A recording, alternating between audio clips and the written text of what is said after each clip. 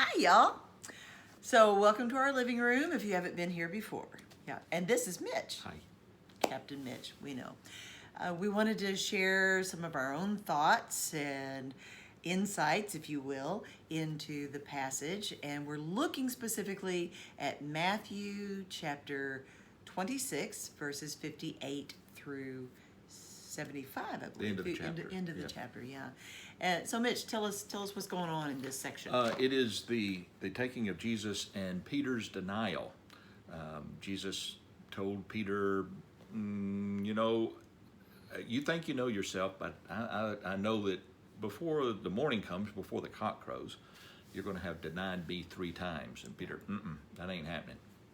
Yeah, Peter was really confident. And that's one of the things we know about Peter, you know.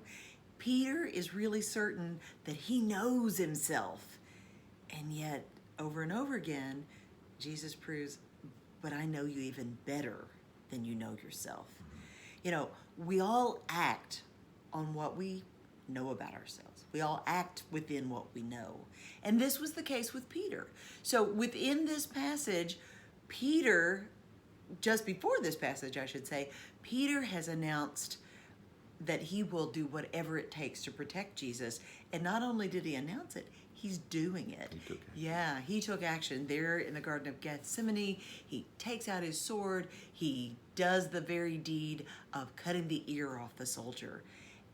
And Jesus lets him know, nah, it's not how we want to be known. But poor Peter, right? I mean, he's probably feeling really proud of himself because here's someone he loves more than anyone who's under threat. And he does what he does well. He fights. He gets the first lick in. Which is important. If anybody who's been trained to fight knows the first lick is the best. I mean, you're more likely to come out victorious if you get the first strike in. And Peter did. And the reaction was not what he expected. No, he was probably, again, feeling really proud of himself. And instead, Jesus is like, no, it's not okay. It's not how we're going to do this. But sure enough, Peter hangs in there. He follows the soldiers who've taken Jesus away. He's not going to let Jesus get too far out of his sight if possible. And yet Jesus has told him, you're going to deny me. You think you'll do anything and everything. But the truth is, you won't. And I'm still going to love you, is what we know is the rest of the story. So Peter is acting in the ways that he knows himself as a defender of Jesus, as someone who loves his friend deeply, as someone who will even lie if that's what it takes to make sure that he's up close and personal and where he thinks he needs to be. Because remember, none of the other disciples have gone, I mean, he's the one who's there, and yet Jesus thinks he would deny him? Surely that's not the case. Yeah, Peter was being the friend. I mean, Jesus was in peril. I can't do much, but I'm going to do what I can. And then he goes out to the courtyard as maybe the trial had been recessed for the night, and he was asked 3 different times by 3 different people, you're with him. I saw you. I know you by your accent. Happens to me a lot. Folks come down and say, so you're from the South? How do you know that? Your accent. I don't have an accent. That's what I say to them. Same thing with Peter. And every time he said, and finally the last time he said, look, by God is my witness, I don't know this man. And then he hears the rooster crow. And the next thing, the chapter ends with Peter weeping bitterly. He realized this might be the last time, and in fact was the last time, that he could have had any interaction with the living Jesus. The next thing he heard was Jesus was dead, and people stay dead, Lazarus notwithstanding. So for Peter, that was the end. But Jesus knew better.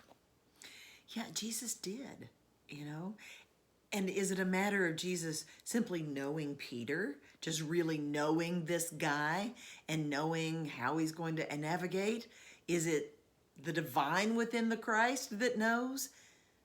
Well, when it's all said and done, Peter acts in exactly the way that Jesus said that he would.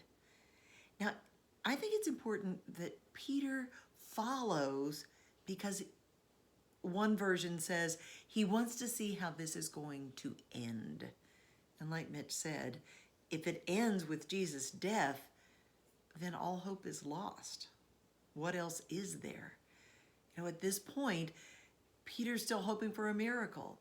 Okay, so maybe we put the ear back on the soldier, but there are other miracles yet to come. Jesus will do some amazing thing to pull this one out. And in fact, he did. The next time Peter sees him, they're on the beach. And John talks about Jesus inviting them onto the beach to have breakfast with him. And there Jesus asked him 3 different times, just as he had been asked 3 different times, and Peter denied him. Peter, do you love me? Feed my lamb. Yes, Lord, I love you. Feed my lambs. Peter, do you love me? Of course, Lord. Feed my lambs. The 3rd time, Peter, do you love me? Jesus, you know me better than anybody can. Yeah. You know I love you. And the rest of Peter's life, a fire reminded him of the most striking betrayal in his life and also of the most wonderful forgiveness he ever knew. Absolutely. That reality that God knowing our inmost parts, a lot of times we just feel like, oh gosh, that's such bad news. But it's not. To be a Christ follower is to know that God sees us in the fullness of who we can be. God sees us beyond the yucky parts.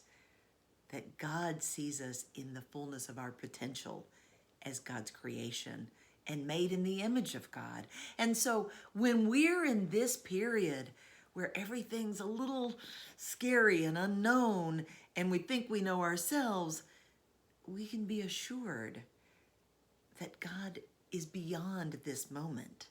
That just like Peter was anxious about how's this going to end, and we feel that too. Beloved, be assured that God's got this. Thanks be to God.